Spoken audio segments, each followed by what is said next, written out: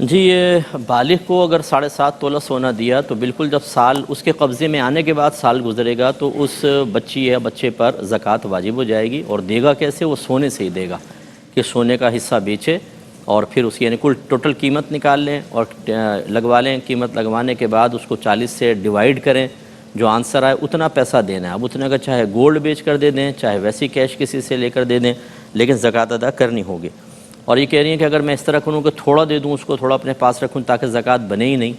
اس میں دو چیزیں ہیں کہ اگر تو کوئی بہت ہی سخت شرعی مجبوری ہے تو یہ ہیلہ چل سکتا ہے، لیکن اگر صرف زکوٰۃ بچانے کی نیت ہو تو پھر یاد رکھیں گناہ گار ہوں گے، کیونکہ زکوٰۃ ادا کرنا واجب ہے اور ہم زکوٰۃ اللہ کے حکم سے بھاگنے کے لیے یہ معاملہ کر رہے ہیں۔ تو یہ بالکل ویسا ہوگا جیسے بنی اسرائیل کے لوگوں نے ہفتے کو مچھلی کا شکار منع تھا تو جمعے کو نالیاں بنا دیں، ہفتے کو مچھلیاں گڑھوں میں آ گئیں، ہفتے کو شکار نہیں کیا، اتوار کو کیا، تو یہ بھی ہیلہ اختیار کیا اور عذاب نازل ہوا۔ تو اللہ کے احکام سے بھاگنے کے لیے ہیلہ اختیار کرنا یہ ٹھیک نہیں ہوتا۔ اور پچھلے سال اگر زکوٰۃ نہیں دی تھی، مثال کے طور پہ اب جیسے 50,000 کہہ رہی ہیں بنی، تو اب جب نیکسٹ ایئر نکالیں گے تو وہ پچھلے سال کی 50,000 تو نکالنی ہے، اور اس وقت جو کل مال ہے اس کی علیحدہ نکالنی ہے، اگرچہ وہ 50,000 اس میں بھی شامل ہوں گے، اس کی علیحدہ بنے گی اور پچھلے سال کے 50,000 تو دینے ہی ہوں گے۔ اور روزہ ٹوٹنا اور فاسد ہونا یہ ایک بات ہوتی ہے، عربی میں فاسد کہتے ہیں، اردو میں ٹوٹنا کہتے ہیں، اور مکروہ کا مطلب ہوتا ہے کہ ٹوٹتا تو نہیں ہے لیکن اس میں شریعت کی طرف سے ناپسندیدگی پیدا ہو جاتی ہے، تو اس کو مکروہ کہتے ہیں۔ یہ پلاٹ پر اگر زکوٰۃ واجب ہو رہی ہے، ابھی اگر پیسے نہیں ہیں تو حساب کر کے رکھیں اس کا، جب اللہ تعالیٰ وسعت دے تو فوراً سے پیشتر اس کی زکوٰۃ نکالیں۔ اور اگر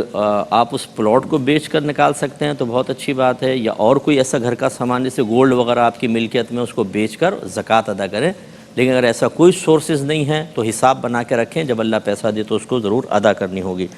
اور نبی کریم صلی اللہ علیہ وسلم کا نماز فرض کے بعد باقاعدہ کوئی دعا کا معمول نہیں تھا،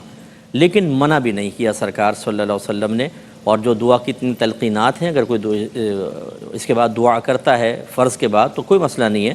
بلکہ یہ جو اہل سنت کے اندر رائج ہے مساجد میں کہ نماز فرض کے بعد تھوڑا سا ذکر کر کے دعا کرتے ہیں، یہ اس لحاظ سے بہت بیسٹ ہے کہ ممانعت شرع بھی نہیں ہے۔ اور نبی کریم نے ارشاد فرمایا جو نماز کے بعد اپنی جگہ پر بیٹھا رہا اور اس نے کوئی گفتگو نہیں کی اور اپنا وضو نہیں توڑا تو جب تک بیٹھا رہے گا فرشتے اس کے لیے دعائے بخشش و مغفرت کرتے رہتے ہیں۔ تو اس میں یہ برکت بہت ہے کہ آپ بیٹھے ہیں، دعائے بخشش و مغفرت ہو رہی ہے، پھر آپ دعا بھی مانگتے ہیں، اس میں بھی وقت نکلتا ہے، اور جو نماز پڑھتے اٹھ کے چل پڑتا ہے وہ اس فضیلت سے محروم رہے گا، اس لیے برکات حاصل کرنی چاہیے۔ اور دعا کے بعد استغاثہ اگر اجتماعی طور پر ہے، دیکھیں نفس استغاثہ منع نہیں، استغاثہ منع کسی سے فریاد کرنا، نفس استغاثہ منع نہیں ہے، لیکن جب اجتماعی حیت کے اندر اسے کیا جائے گا تو پھر یہ ایک رسم بن جاتی ہے، اور پھر ہماری آنے والی نسلیں سمجھتی ہیں یہ بھی کوئی دین اور مذہب کا حصہ ہے اور اس کا اہتمام شروع کر دیتے ہیں، اور بعض اوقات اسی سے خرابیاں پیدا ہوتی ہیں کہ نئی نئی پھلجھڑیاں لگا لیتے ہیں اور پھر وہ معاملات ہوتے ہیں۔ تو اس لیے یہ کلیئر کر دیا جائے کہ یہ سنت نہیں ہے یا یہ کوئی واجب نہیں ہے، اگر کرنا چاہیں آپ کر لیں، اور بہتر ہے کہ انفرادی طور پہ کیا جائے، اپنی دعاؤں میں اجتماعی طور پہ نہ ہو۔ عید سے پہلے، عید الفطر سے پہلے میٹھا کھا کر جانا سنت ہے، نبی کریم کھجور تناول فرمایا کرتے تھے، اور عید الاضحیٰ سے پہلے خالی پیٹ جانا اور واپس آ کے قربانی کے جانور کی کلیجے سے ابتدا کرنا یہ نبی کریم کی سنت ہے۔ اور وہ ایک آخری کا میرا سوال سمجھ میں نہیں آیا، تکبیر کا کیا تھا وہ کھڑے اذان کا؟ ہاں انہوں نے کہا کہ جب تکبیر ہو جب نماز کے لیے تو اس وقت کہاں کھڑے ہونا چاہیے؟ اچھا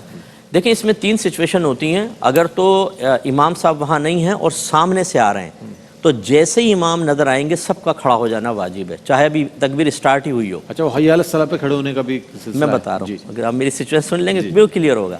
تو نبی کریم جب سامنے سے آتے تھے صحابہ کرام کھڑے ہو جاتے تھے۔ دوسرا یہ ہے کہ پیچھے سے آئے تو اس میں یہ ہوتا ہے کہ جس صف سے امام گزرتا ہوا آئے گا وہ سب کھڑی ہوتی جائے گی، چاہے مکبر کہیں پر بھی ہو۔ اچھا اور اگر امام صاحب بیٹھے ہوئے ہیں اور اب تکبیر اسٹارٹ ہوئی ہے تو حی علی الصلاۃ حی علی الفلاح پر کھڑا ہونا سنت مستحبہ ہے، کیونکہ اس کے بعد پھر نبی کریم صلی اللہ علیہ وسلم صفوف درست فرماتے تھے، اور یہی ہماری فقہ کی کتابوں میں فتح عالمگیری وغیرہ میں لکھا ہے کہ جب حی علی الصلاۃ ہو تو یہ ہے دعوت، آؤ نماز کی طرف، حی علی الفلاح آؤ بھلائی کے، اس وقت پہ کھڑا ہونا سنت مستحبہ۔ ٹھیک ہے، سوالات بھی شامل، ہماری اپنی بھی اس میں اصلاح ہو جاتی ہے، رہنمائی ہو جاتی ہے، اس لیے ضمناً سوالات ہم بھی شامل کر دیتے ہیں۔ جی دیکھیں زکوٰۃ صرف 4 قسم کے مالوں پر ہوتی ہے، سونا، چاندی، روپیہ اور مال تجارت۔ سونا کم از کم 7.5 تولہ، چاندی کم از کم 52.5 تولہ، کیش کے اندر روپیہ بھی آتا ہے، کرنسیز آتی ہیں، سیونگ سرٹیفکیٹ، شیئرز وغیرہ، بونڈ سب اس میں شامل ہوتے ہیں، اور یہ بھی کم از کم اتنی مالیت کے ہوں کہ 52.5 تولہ چاندی تک ان کی مالیت پہنچ جائے، جو آج کل 1,25,000 30,000 35,000 تک ہوتا ہے۔ اور مال تجارت کا مطلب وہ مال جس کو آپ نے بیچنے کی نیت سے خریدا ہو، چاہے پلاٹ ہو، چاہے فیکٹری میں را میٹیریل ہے کہ اس سے آپ نے پروڈکٹ تیار کرنی ہے، یا تیار شدہ پروڈکٹ، یا آپ کے دکان میں مال پڑا ہوا ہے، اس پر زکوٰۃ ہوگی۔ تو یہ 4 چیزیں ذہن میں رکھیں۔ اب اگر جہیز کا سامان ہے، اس میں کراکری وغیرہ ہے، فریج ہے، اے سی ہے، نہ یہ سونا، نہ چاندی، نہ روپیہ، نہ مال تجارت، اس پہ نہیں ہوگی زکوٰۃ۔ جس نے کہا بالکل غلط کہا، اور ہر ایک کی بات نہ سنا کریں۔ جیسے آپ نے اصلاح کر لی، اور بہتر ہے کہ فرض علوم سیکھ لیں، تو اس طرح کے لوگوں کو تو از خود آپ جواب دینے کے قابل ہو جائیں گے انشاءاللہ۔ ایک سوال اور آیا تھا مفتی صاحب، اور اس سوال کو بھی ہم شامل کریں گے، لیکن کالرز بھی ہیں۔ السلام علیکم۔ السلام علیکم۔ وعلیکم السلام۔ جی سوال۔ بھائی میرا سوال یہ ہے مفتی صاحب سے کہ کتنے پیسے، کتنے لاکھ روپیہ ہو تو اس کی زکوٰۃ ہوتی ہے، اور کتنا سونا انسان کے پاس ہو ٹھیک ہے، تو اس کا جو ہے نا صدقہ کیا جاتا ہے۔ 2.5 تولے انسان کے پاس ہو تو اس کا بھی ہوتا ہے؟ ٹھیک ہے، شامل کرتے ہیں۔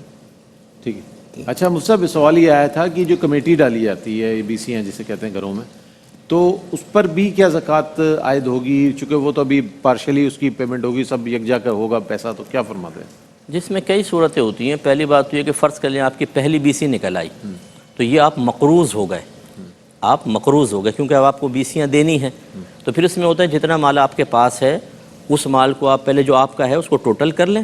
جو اس کرنٹ منتھ کی بی سی دینی ہے اس کو مائنس کر کے باقی پہ زکوٰۃ ہوگی۔ اچھا اور باقی جو ہے آپ نے دینی ہے بی سی، وہ قرضہ اس سے مائنس نہیں ہوگا۔ اچھا اور اگر آپ نے لاسٹ بی سی جیسے لینی ہے، بیچ میں آپ دیتے چلے جا رہے ہیں، تو یہ آپ نے گویا کہ قرضہ دیا ہوا ہے، اور قرض پہ سال بہ سال زکوٰۃ بنتی رہتی ہے، یعنی اسے کل مال کے ساتھ ملا کے زکوٰۃ بنتی رہے گی، لیکن ادائیگی اس وقت واجب ہوگی جب آپ کی بی سی نکلے گی۔ اسی پر آپ قیاس کر لیں گے، کچھ بی سیاں دی ہیں، بیچ کی نکل آئی، تو جو آ گیا وہ آپ کا تھا، جو دینا ہے وہ قرضہ ہے، اس طریقے کر کے بیچ والا کا بھی حساب کر سکتے ہیں۔ جی دیکھیں، ایک تو یہ آفس، یہ جو بہن نے بچی نے پوچھا تھا کہ کتنے لاکھ پہ زکوٰۃ کتنے، ابھی ہم نے جواب دیا تھا اس سے پہلے، وہ دیر میں جوائن کیا ہوگا تو یہ ہمارا پروگرام ڈلے گا یوٹیوب کے اوپر، تو وہ بچی یہاں پر دیکھ لیں۔ اور یہ آفس کی گاڑی پر یہ کہتی ہیں کہ ہم استعمال نہیں کرتے، ڈر ہے کہ چھن جانے دیں، وہ انشورڈ گاڑیاں ہوتی ہیں، آپ کا کیا جائے گا، آفس والے بھگتیں گے، اور گاڑی تو چلی جائے گی، جان بھی چلی نہیں تو جان اس وقت جائے گی جب آپ مزاحمت کریں گے، اور تحفے کے طور پہ دے دیں گے تو گیا، کوئی مسئلہ نہیں ہے، چلائیں آپ گاڑی، ڈرے نہیں۔ وہ جاتے بھی تحفہ دے جاتے ہیں مفتی صاحب؟ نہیں، وہ ہر ایک کو نہیں دے کے جاتے، ہر ایک کو نہیں، میں بھی بچ گیا ہوں 1-2 دفعہ، ایسے ایک دفعہ ہی ہوا ہے بچ گیا، تو الحمدللہ ایسا نہیں ہوتا، اللہ سب کو حفاظت فرمائے، استعمال کریں اس کو۔ دوسری بات ہے کہ اس پہ کوئی زکوٰۃ نہیں ہوتی، گھبرائیں نہیں، نہ آپ کو دینی نہ آفس کو دینی ہے۔